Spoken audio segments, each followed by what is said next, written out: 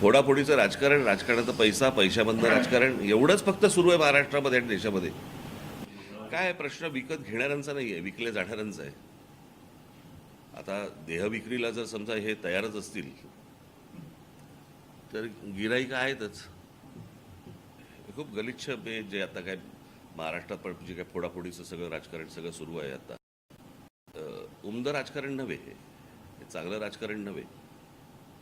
उद्या सत्ता गेल्यावरती या अशाच प्रकारच्या गोष्टींचा भारतीय जनता पक्षालाही त्रास होईल. त्यावेळेला काय कराल?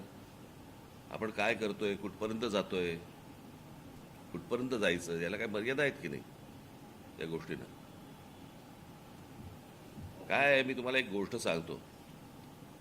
मी अनेकदा आमच्या लोकांना मी सांगत आलो, ज्या वेळेला आजपर्यंत जगात एखाद्या सत्ताधाऱ्यांनी त्यांचा विरोधक अथवा दुश्मन म्हणता येत नाही, पण दुश्मन विरोधक ज्या वेळेला संपवलेले आहेत त्या वेळेला त्यांच्यात विरोधक आणि दुश्मन तयार झालेले आहेत आणि त्यांनीच त्यांना संपवलेलं आहे. ही प्रक्रिया भारतीय जनता पक्षामध्ये सुरू झालेली आहे. त्याच्यामुळे बाहेरचे विरोधी पक्ष तुम्ही संपवणं हे सोडून द्या, परंतु आता तुमच्यात जे विरोधक निर्माण झालेले आहेत याच्यातनं तुम्हाला जो त्रास होईल आता, तो तुम्ही पण बघत राहा. आणि हा जगाचा इतिहास आहे. समोरचे तुम्ही विरोधक संपवलेत की तुमच्यात विरोधक निर्माण होतात. आणि पाठीच्या काळातही तेच झालं होतं. अनेक वेळेला ह्याच गोष्टी घडलेल्या आहेत. काय प्रश्न विकत घेणाऱ्यांचा नाही आहे, विकले जाणाऱ्यांचा आहे. आता देहविक्रीला जर समजा हे तयारच असतील तर गिराईक आहेतच.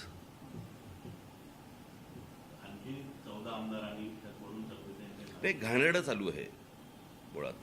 हे कुठच्या प्रकारचं राजकारण सुरू आहे आणि हे मला असं वाटतं यामध्ये लोकांमध्ये जर समजा तुम्ही जाताच, पत्रकार म्हणून जाताच, लोकांमध्ये संताप आहे या गोष्टींचा. म्हणजे लोकांनी उन्हातानात उभं राहायचं, एक लाईट बंद कर रे तुझा, लाईट बंद कर तुझा, एवढ्या लाईटमध्ये तुझं एवढासा काजवा काय ट्यूब करतो रे मोबाईलचा. काय बोलू तुम्ही सर? हां, हे काही चांगलं राजकारण नाही चालू आहे. आणि याचा भविष्यात आत्ता जे काही भारतीय जनता पक्ष पायंडे पाडतंय काय, हा मी मागे पण म्हटलं होतं की ते आपण पत्त्याचा बंगला करायचं ना पूर्वी, पत्त्याचा हा उलटा, त्याच्या खालचा जो पत्ता आहे तो नरेंद्र मोदींचा आहे. तो एकदा सटकला की सगळं कोलॅप्स आहे. कळलं का? आज ठीक आहे, ते त्याला तुम्ही भक्त म्हणा, काही म्हणा, काही असतील गोष्टी, परंतु जे काय आज टिकून आहे ते नरेंद्र मोदींवरती टिकून आहे, या बाकीच्यांवरती नाही आहे. आणि अशा गोष्टींमध्ये तुम्ही ज्या प्रकारचं भयानक राजकारण करतात, खेळतात, हे त्यांनाही अंगाशी येणार आहे. ते हे पहिलं एक ते कोणासाठी सुरू आहे, कोण करते याच्या मागे, कळलं का? हे सगळं अमित शहांचं राजकारण सुरू आहे. मी मागे आत्ता माझ्या भाषणात म्हटलं नाही का, आता शिवसेनेचे 6 खासदार फोडले, भाजपमध्ये का नाही गेले? टीएमसीचे 22 खासदार फुटले, वेगळा गट का केला?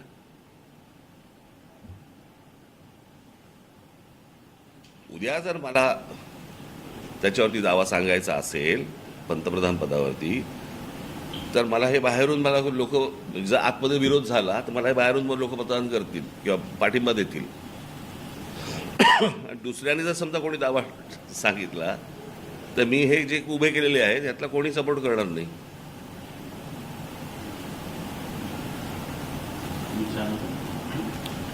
नाही, मी मगाशी म्हटलं ना, ज्यावेळेला तुम्ही समोरचे ज्याला विरोधक संपवता त्यावेळेला विरोधक हे तुमच्या दुश्मन तुमच्यातच तयार होतात. ते चित्र आता तुम्हाला महाराष्ट्रात आणि देशात सर्व ठिकाणी तुम्हाला दिसेल, अगदी खालपर्यंत दिसेल तुम्हाला. बेधुंद सत्ता ज्या वेळेला येते त्यावेळेला माणसं अशी वागायला लागतात. फोडाफोडीचं राजकारण, राजकारणाचा पैसा, पैशाबंद राजकारण एवढंच फक्त सुरू आहे महाराष्ट्रामध्ये आणि देशामध्ये. निवडणुका निवडणुका निवडणुका. येणाऱ्या काळात सिमेंटच्या जंगलातच आपल्याला राहायला लागेल का? आता कुठे राहताय? नाही, आता कुठे राहताय? हो, पण आता कुठे राहताय? कुठे आता तुम्ही? झाडांच्या जंगलात?